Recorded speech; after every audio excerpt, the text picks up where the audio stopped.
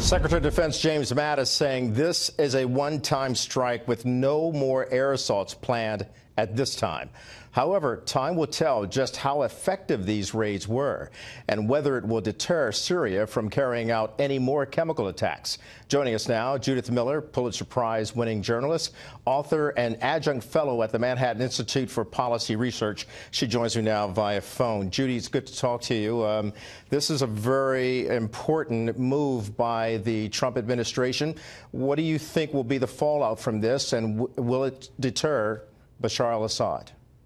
Well, that is what really remains to be seen, Kelly. You know, I was looking at the strike a year ago and the strike last night or tonight, depending on what time zone you're in, and I was really struck by the differences in these two military actions. Last year, a year ago, the United States struck unilaterally against a single target.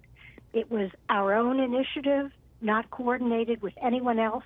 It was launched against an airfield that was in a rural area with a very limited part of the airfield, the part that had been used to launch the chemical weapons attack, and the Russians were given at least 4 hours' notice. This year, this was a strike against multiple targets, including a research capability, storage capability, equipment production centers, and it involved multiple partners. It was a coordinated response with Britain and France and other nations that provided intelligence. It was the exact opposite of the strike last year.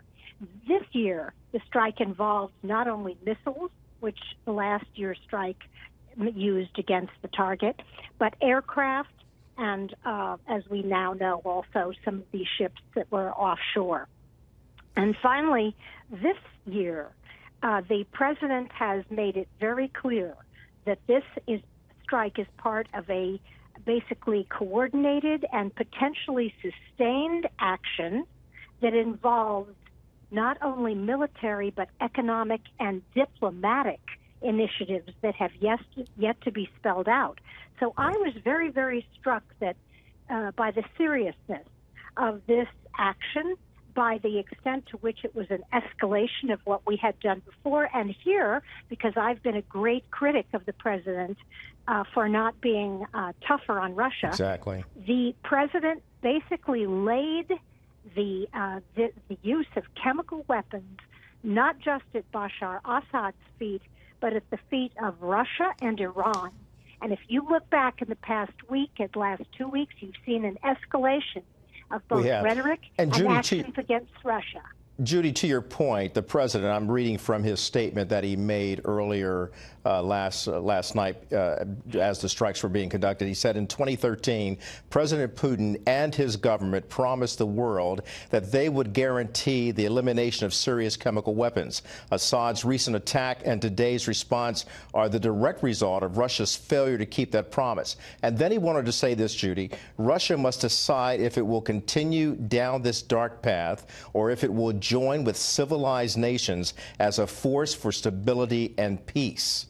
And he went on to add to that, hopefully someday we'll get along with Russia and maybe even Iran, but maybe not. So he's holding it out there that it's up to these countries to decide what future path they will take.